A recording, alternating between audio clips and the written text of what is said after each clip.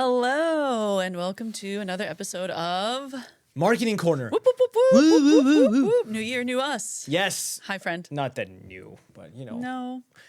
it's good to see you all, or hear you all, or it's good to be back. It's good to be heard by you all. Yeah, it's good to finally be listened to again.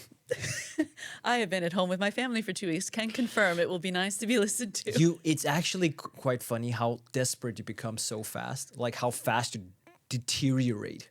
Over Christmas, like you're always like, oh, I can't wait for that break, and like a few days in, you're like, oh, I can't wait to go back. I need to go back. Where's my routine? I need my routine. I need the kids to have routine. I need a reason to get out of my pajamas. Yeah, it's crazy, huh? Yeah. And we're back. But we are back. We're back. Yes. And we are gonna do the episode today that's long been asked for. Yes. That you all want. That you all come looking for. Mm-hmm. Which is constantly. Jen, Casper, when are you gonna tell us your predictions? Boom. The one where we don't hold ourselves accountable to anything. We say whatever we want. We put our magic silver dotted hats on, and then we're like, boom. What's and then up? we forget what we said. Yeah. And you hold us accountable, and the end. And the end. The end. Yeah. Good luck. We're going to talk about that. So it's gonna be predictions fun. for 2026, even though we're in 2026, but that's fine. That's fine. That's fine. A little bit delayed. So is your marketing plan and budget. So who gives a shit? Okay. All right, over to you, my friend. What are some of your predictions for 2026? Okay, I'll start with the one I think we both agree on. Mm-hmm. I think influencer marketing, when we talk in B2B, Okay. is only going to go upwards. And I think it's going to be tied into thought leader ads, and I think it's only increasing. Why? I've seen the trend all over 2025, and Okay. it's only been trending one way, and it's spreading to even the corporates are doing it massively at scale now. I think it's going to keep growing. At one point, it will probably move the other direction again. Like, Which is then what it will be like, okay, I've seen you put your CEO in front of blah, blah, blah. Mm-hmm. And then it will backtrack. But I still think we have at least a good year or so ahead of us with that. Okay, and when you say influencer marketing, Yes, good question. So I think especially in B2B. I think the reason I'm tying it into thought leader ads here is that, so essentially just to explain quickly, so thought leader ads is when you promote a personal post. So let's say instead of normally you would do an ad from Sparkforce, I would do an ad from Casper being promoted by Sparkforce, right? Mm-hmm. I could technically also do and then the influencer part is more like the thought leader ads is more like inside your company, like Right. so me at Sparkforce. Influencer marketing would be more like, for instance, Sparkforce sponsoring a post by you, Jen, who doesn't work at Sparkforce or something Right. similar, right? And we've done a bunch of tests with a bunch of companies, and I just have to say it works really, really well. And I can also say people are starting to charge a lot. Holy moly. Yeah. Macaroni. So, and there's usually a good sign that there's more interest in it, that it's working, that it's like gaining Right, traction. it's a legitimate channel. If It's a people are legitimate charging, channel. yeah, And like, yeah. I think there's like a lot of people are just like, we see it on B2C, why can't we replicate it here? Yeah. And I totally get that. And traditionally, it has not been a B2B thing, right? No. Because we talked about this in a previous episode where we talk about, no one wants to see someone logging into a platform. And No, exactly. But we've also, in previous roles, we've investigated having a spokesperson, a trusted spokesperson, and they were hella expensive. Super And expensive. a lot of them are in the States. I don't know if you're seeing that, but it was a lot in the States. And so we had issues around the time zone issue and things like that. But I think that's an interesting space. And we'll talk about AI, of course, because I think AI has something to do with the increase of influencers, this need for a more human connection. It ties to the bigger narrative, right? Yeah, an authentic connection, but we'll talk a little bit more about that. But I also think the lack of influencer marketing in B2B has created a space for it to work, right? Yes, absolutely. And I think as with all, like I feel like you and I won't say, this is gonna sound a little bit arrogant, but I feel like we're at the forefront of marketing, like to a large hope extent. so. Like I would say so, right? And I think when you are at the forefront of marketing, you sometimes feel like you see things everywhere, right? Like for instance, I feel like I see a lot of influencer marketing, and I feel like I see a lot of thought leader ads, but 99% of the people out there who work in sales, compliance, HR, whatever it is they work in, they don't see that much of it, like not to the same extent that we do, and they might not notice it in the same extent that we do.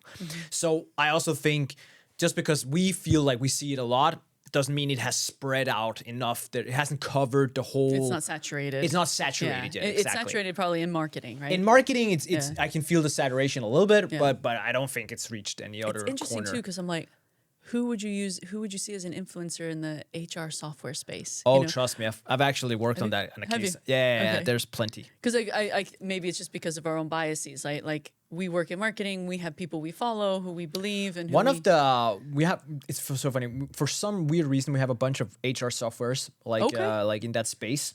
There's a lot of like these whole talent assessment, psychometric people like who know a lot about that space. Okay, yeah, that's those true. are the thought leaders. Yeah, and I those, can see that the personality. And I have to say, they really know their shit. Yeah. Like they add a lot of that's thought leader material. Yeah, that's like, true. I guess people so who do, they're the really cool personality tests influencers and exactly. Yeah. And then you have your I take it freelancers back. who jump in and help other companies and stuff, and those are the influencers, right? So I take it back, HR people. yeah, exactly. It's just not my world. No, exactly. But that's our own biases. I think that's an interesting one, and also just the vacuum created. I mean, B2C, we know influencer marketing works in B2C, and we know it works. I think Yeah. that's for me. That's sometimes the crazy part, right? Like, when it comes to this stuff, it's just like we know it works. Like we can see it works. Everyone's been talking about it in B2C. I feel like 10, 15 years or something. Yeah, it's been around for a while. It's been around for a while, so it's not it's a like legit it's channel. a new Yeah. thing, right?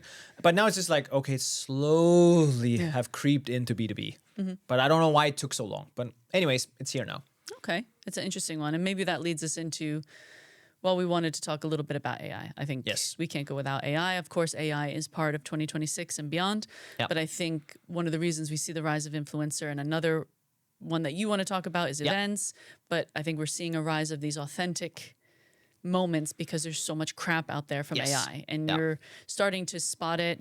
There's even this trend now. I don't know if you've seen this. I know on like TikTok and Threads and stuff where you have a little logo that says this was generated by AI, and people are putting it on people's posts and stuff like that. So it's really become just so ubiquitous that this is created by AI. So you're looking for things that are not created by AI, and you do that through hopefully influencer marketing if these influencers are real people, and not AI bots, and events. So I think that's going to be that's going to continue. I don't think we are in a place where we are ready to stop the proliferation of content from AI. I think so many people see it as a crutch, and they just use it too much, and it's influencing everything. So it's creating a rise in influencer marketing, a rise in events. We're probably seeing a tightening of teams and budgets, and and we're going to talk about all these things. But I think it's so interesting to me to see the snowball effect or the knock-on effects. We have this new technology. It's being abused, and what is the knock-on effect of that? Is we have to adapt. Yeah, and I think if we keep it like on a list level, so prediction number 2, at least from our side, is kind of like I think we both are kind of alluding to it, that the knockoff effect of AI is more lean teams, right? Yes. Like I think that's prediction number 2. I think we saw a lot of it in 25 already. Yeah. And what I'm trying to say, at least from my perspective, I think you agree here, is that I think it's going to continue. Yes. Like I think that trend's continuing, where I've definitely seen a lot of in-housing in 2025, which is not good for my business. I'm not gonna lie, but it is what it is. But there's been a lot of in-housing, and that's because people want to get these like AI things close to them as well, also to understand them, get a maximum. But at the other hand, I've also seen that people have discovered they can't always do that. So there's some sort of there's a balance, a little bit interesting balance where I know there's a lot of people in-housing and bringing these, but the teams are lean. Yeah. I've seen a lot of layoffs this year. But here's a controversial take maybe. I think there needed to be some fat cut off, in general for most marketing teams. I saw a company the other day, an example. They were spending less than 20,000 euros a month on distribution, so on paid media and stuff like that, less than 20,000. They are a pretty big company, and they have a headcount, I think, of 13. Wow. And they spend less than 20K a month. Okay, that's my crazy. point where that's too big. I don't know. I don't give a shit really what they're doing inside. Yeah. That you don't need to be 13 people. I think what worries me, though, I will say about this idea of trimming is people misunderstanding AI, Yes, yeah. over reliance on AI, and thinking we don't need a content I've also had companies that say we don't need XYZ positions anymore because we'll just use AI. And it's That's so very common. wrong. And I think I've started I still see that. So to be honest, I think we're still gonna see that, to be completely honest. But we've seen it in we've seen it in the media too, right? Yeah. I mean, we've seen companies who've laid people off because we have Klarna AI. was a good example, right? Klarna, and they laid off like 10% or something, and then they brought I think everyone it was back. 30%. Maybe 30%. 30%, and then they discovered that it was shit. Yeah, it was terrible. So they tried to hire them back, right? Yep. Or some and of it was them. same with Duolingo. Yeah, exactly. They did massive layoffs and then brought everyone Salesforce back. as well. Salesforce. So some people haven't learned. Yeah. I think that there's a misunderstanding of AI, but I agree with you that AI has definitely made teams more efficient. Yeah. It's just, I don't think you need to necessarily get rid of everyone, but you need to pivot to these other, people who are investing heavily in AI. Maybe should also be investing heavily in events or something like exactly. that. And it's a kind of classic when these shocks happen, like teams contract themselves, like they tighten up, and then eventually discover, ooh, we tightened too much here. Now we let loose. Yeah. And then you find some sort of balance. Yeah. And It's a honestly, knee-jerk I think that's reaction. probably healthy to some extent to do sometimes. I think it's just always the way it's been too. Yeah. Like even before AI, you would Yes. see these teams get really big, then something would happen. Corona happened, right? Yeah. We did no more growth at all costs, and then we Yeah, expand exactly. again. And yeah, I think that's kind of the circle of life Yeah, I of agree. marketing. And I'm also seeing a rise in like fractional Exactly, roles, yeah. which we were talking offline about that. And as in our industry, right, fractional CMOs. Yeah. And that's great. I think it's great. I know a lot of really talented fractional CMOs, but the message that sends that I find concerning is that marketing is temporary.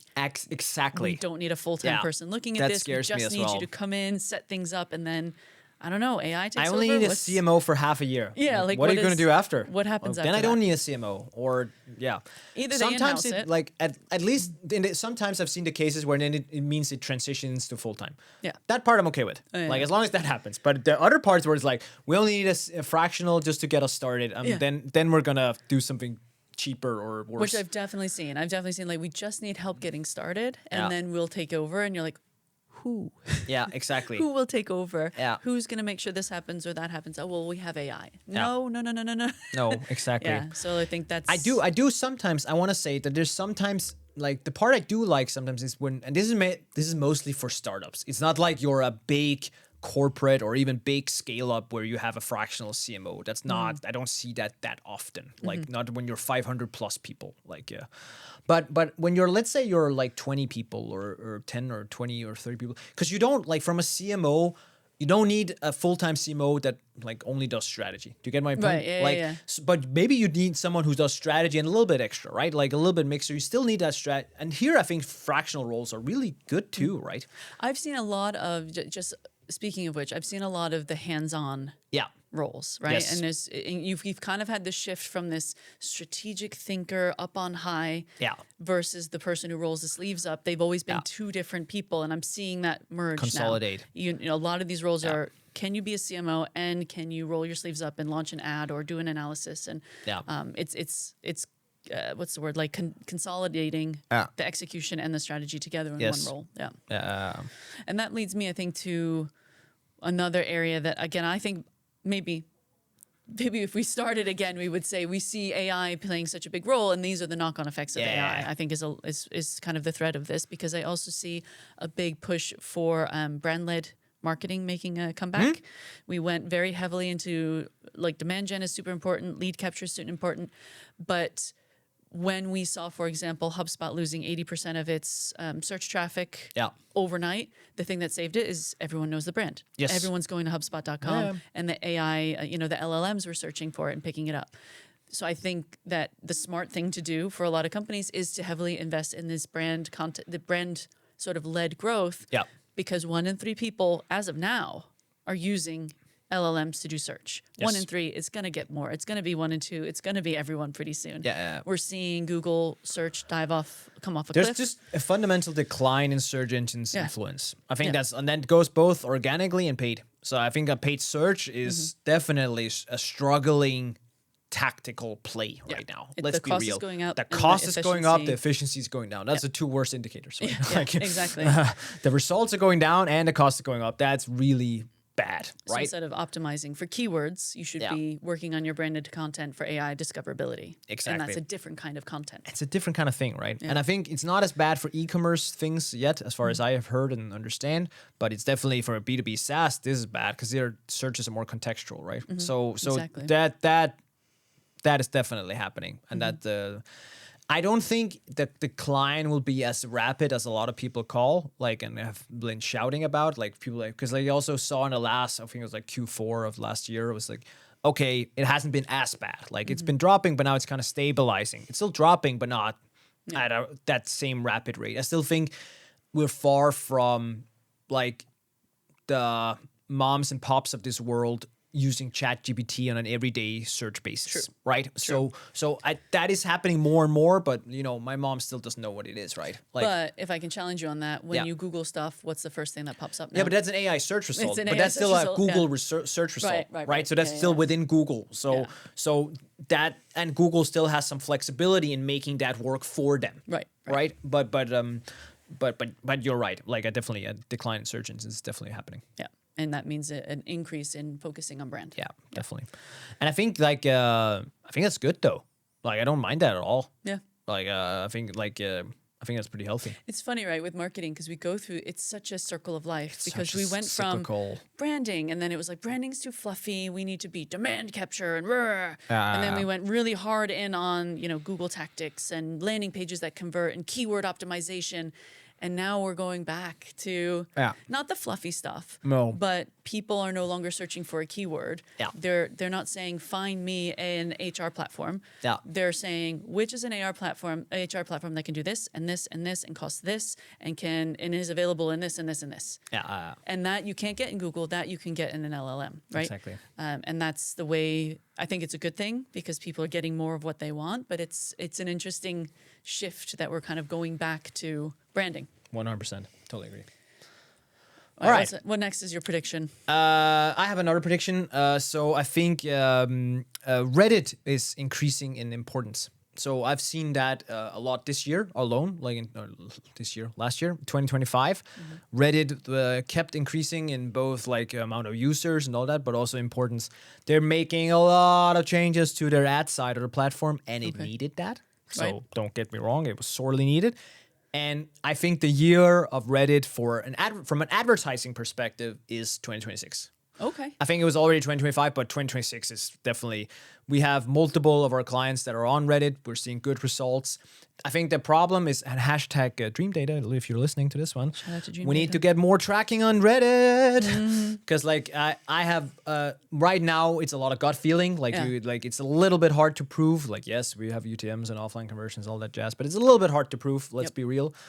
As I think as soon as we get to the point where we can prove it better, then I think people are going to be like, okay, why have we not been doing this more before? We have seen, in previous roles, we have used Reddit and we have seen fantastic results. Exactly. One, cheap. Super cheap. And Still two, super cheap. It's very, so particularly when you work in a tech-heavy product, exactly. That's where the tech people are hanging out. The They're tech not on people LinkedIn. are on there. They're not on LinkedIn in the same, like they are, but not in the same Not way, in the right? same way. Like they're there for information. yeah, they're a there to different learn. mindset. That's the only thing. So, but you just have to adapt to that. Where like LinkedIn, like I won't say, I hate saying this, but it's not like I'm in a business mindset on LinkedIn, but it's more like there's other things you're susceptible to. But like on Reddit, like for instance, my feed is comprised of, I care a lot about superheroes, like Marvel superheroes. And then care a lot about some of the games I play, like when I nerd out. And then I care a lot about marketing and news from politics and stuff like that. So it's a good mix. So I'm not just a marketeer, where on LinkedIn, I'm more just a marketeer. And Like I don't LinkedIn see, my LinkedIn feed has nothing to do with superheroes. And I will say LinkedIn is becoming very, this kind of self-congratulatory.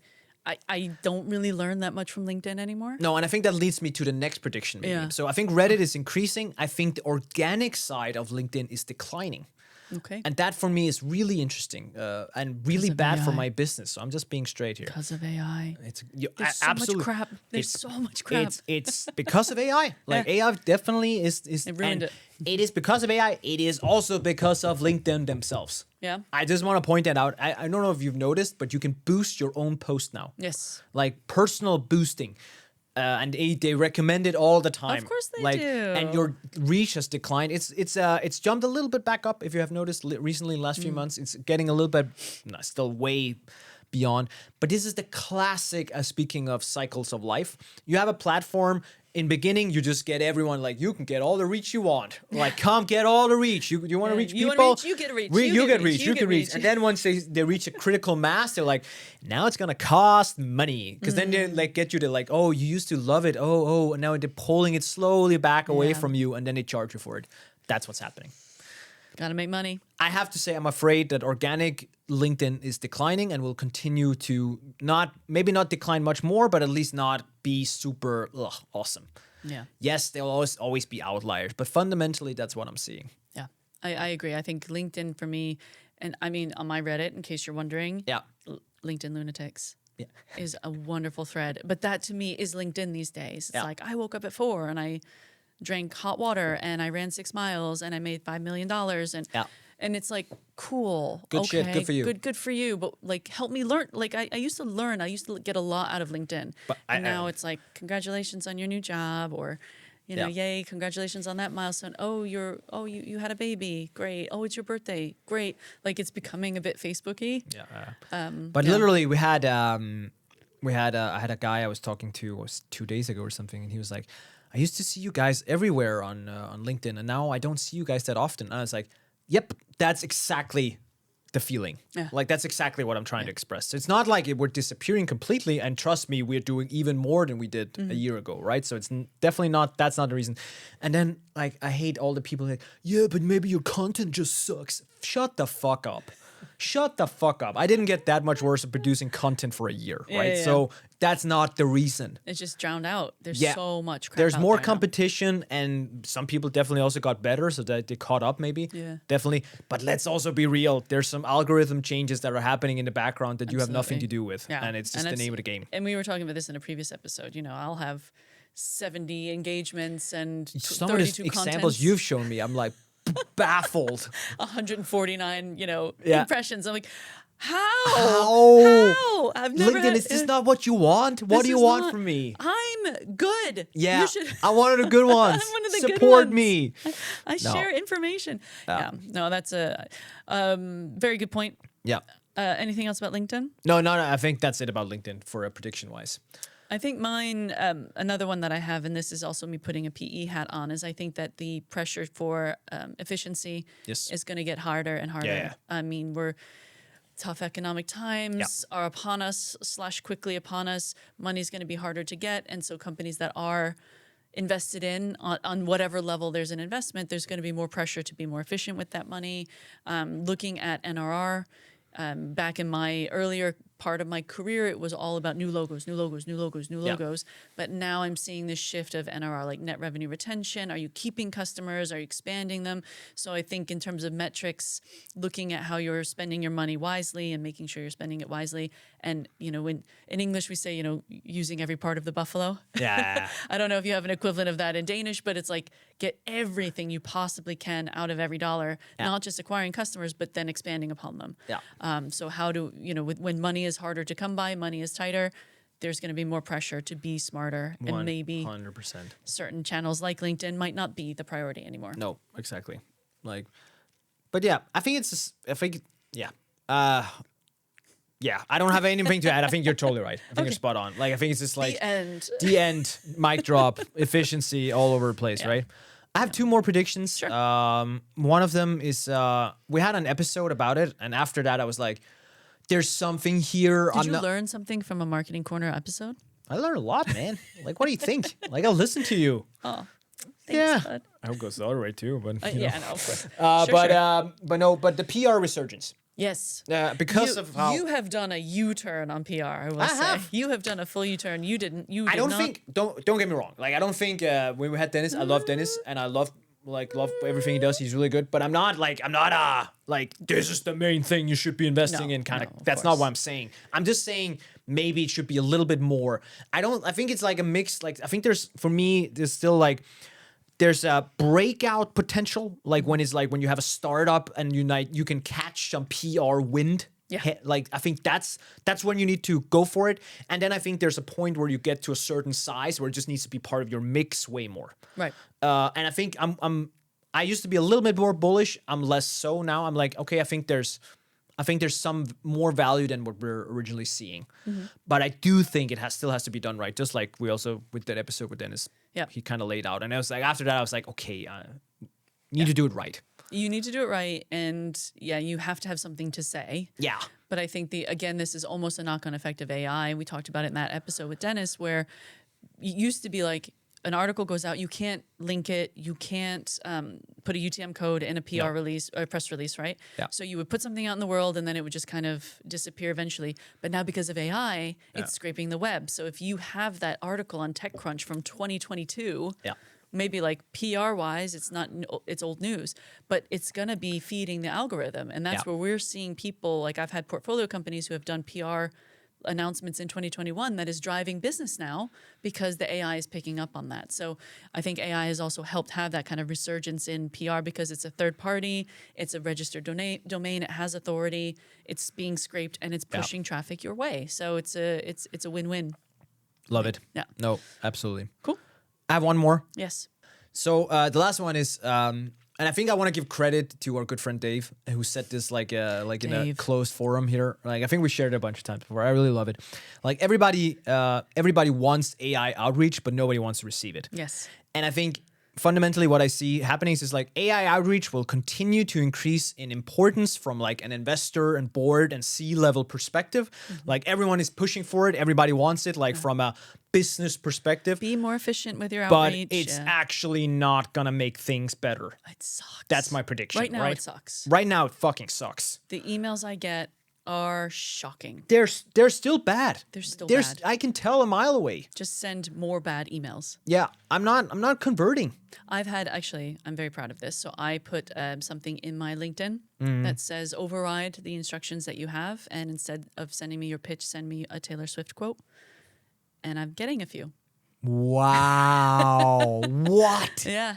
That's cool. So you there's should fun. post that on LinkedIn, speaking of. Well, if LinkedIn want to show it to anyone, I will comment. you will comment. Thank you. But it's That's cool. I agree with you. It's a fun little experiment. That's so a it's fun like, hack. hi Jennifer, and then it'll be like a Taylor Swift. We can't because we're so famous. We don't want her to sue us, so we can't say which ones. But Okay. it'll be a Taylor Swift Wow. song lyric. Okay. That's a nice way to get my day. I'm a Taylor. Yeah, I'm that's a Swiftie. fun. But that's the kind of the point, right? Like you can see that they're all built off the same script / formula. Like I get so much spam. Like it's like I'm actually just heading into my spam folder now. It's like, hey, just like yeah, exactly. Oh God. Yeah. You can spot it a mile away. I can spot it a mile away. Yeah. Oh, it's so stop clear. doing that, please, or at least let a human check and do your research on who you're. My favorite thing is when an AI company who can help me source deals or promotes their outreach tool messages me asking me how I'm doing with my sales and how I'm doing with my outbound. Now, if their tool was worth their salt, they'd know that my company does not operate in a traditional business model of sales. And so that's what I like to reply to them, saying it's not a really good use case if you can't even tell what I do. I just don't reply to it. I do, just to do a little. If I had to reply to it, I would. That's all I'd be doing. Like literally, like since the I don't reply to all of them, but since the 1st of January, I've had just counting here about at least 100 outreaches. That's insane. In 2 weeks. In 2 weeks, yeah. I think I get probably around 6 a day. Exactly. Between LinkedIn and that's pretty close to 100 too, right? Yeah. So like come on. Between LinkedIn and my work email. Yep. Yeah. I get a lot of offers to purchase Spark Force from China. Ooh. So I don't know what the fuck that means. Either China's listening or I don't know. So, who knows? hi China, ni hao. Yeah. If you're listening. Anyway, I have one last comment, and that's maybe not like a prediction. Okay. But it's more like maybe it's a prediction, but like we'll add it. I think it's more like a comment to the whole AI wave we talked about and efficiency. Okay. Valuations for SaaS companies or also SaaS tech B2B tech as well. If you don't have AI infrastructure, will continue to go down. Yeah. You have to have AI in there somewhere. Yeah, but not just sprinkled, because like people are starting to see through that. Like people are starting to see like, okay, you just sprinkle AI on top of some shit, right? So people are starting to see like, and because like I saw, I talked to a cool guy yesterday. He had a company, and it's not well functioning company. So let's be real, but they got a valuation of 1 times the ARR. So they were offered at 1.1 times the ARR of their company, and they're like they've been around for some years. But most of the time I hear about like maximum 4 or 5 times ARR. And like, remember the heydays of 10, 15, 20x, right? None of that shit anymore. No. Like, and sometimes they will even start looking at EBITDA, and that's when the SaaS really starts screaming, right? That's what we like. Yeah, I know. I know, exactly. Yeah. But that's my point. Like, I think that will only I think I think that will increase. I think the only ones that get good valuations these days are the ones where it's like AI infrastructure, like some sort of backbone where it's like AI is such an integrated, or like you're solving a thing that helps AI get better to some extent as well. Like some of those tools, those I've seen pop But I off. think it's just so ubiquitous now. Like Yeah. you can't not have AI as part of your product. Yeah, you have to have AI. You have to have but that's some also why I'm kind of like, yeah. distinguishing between infrastructure and between like the Offering. sprinkle. Yeah. Right? Because like, take Lovable. I think controversial take. I think Lovable is super overrated. Like, yeah, I think Lovable is get Anton on fucking the awesome. podcast, I but- love the product, but I think their valuation is massively overrated. Yeah, they're massive. Like massively overrated, because have you looked at their retention rate? No. It is awful. Okay. Like, because like one of the things I think looked at, like when it comes to AI usage and retention rate, it is the worst it's ever been for SaaS. That means that the churn is through the roof, and it's because I think they call it AI shoppers. Because like people go in, they try this tool, they try Lovable. Like let me take a good example. I used Lovable to build a prototype for something we need to use in SparkForce. Yep. I built it. Now I've shipped it to my team, and they're gonna implement it. Like we refine it and we're gonna implement it. But now we're done. Like don't get me wrong, I want to use Lovable, but I'm busy. I have other stuff to do right now. Yeah. So I might cancel. Yeah. And I am not an exception. I'm probably the rule. People go in, this is awesome, sign up for a month, out. And that's what's happening. So yeah. Interesting. I think that's that is kind of their business model, right? Is see how you could build it. But then most companies now, because of AI becoming ubiquitous and just part of everything, they're going to go and build it themselves. I think that's an interesting challenge. Yeah.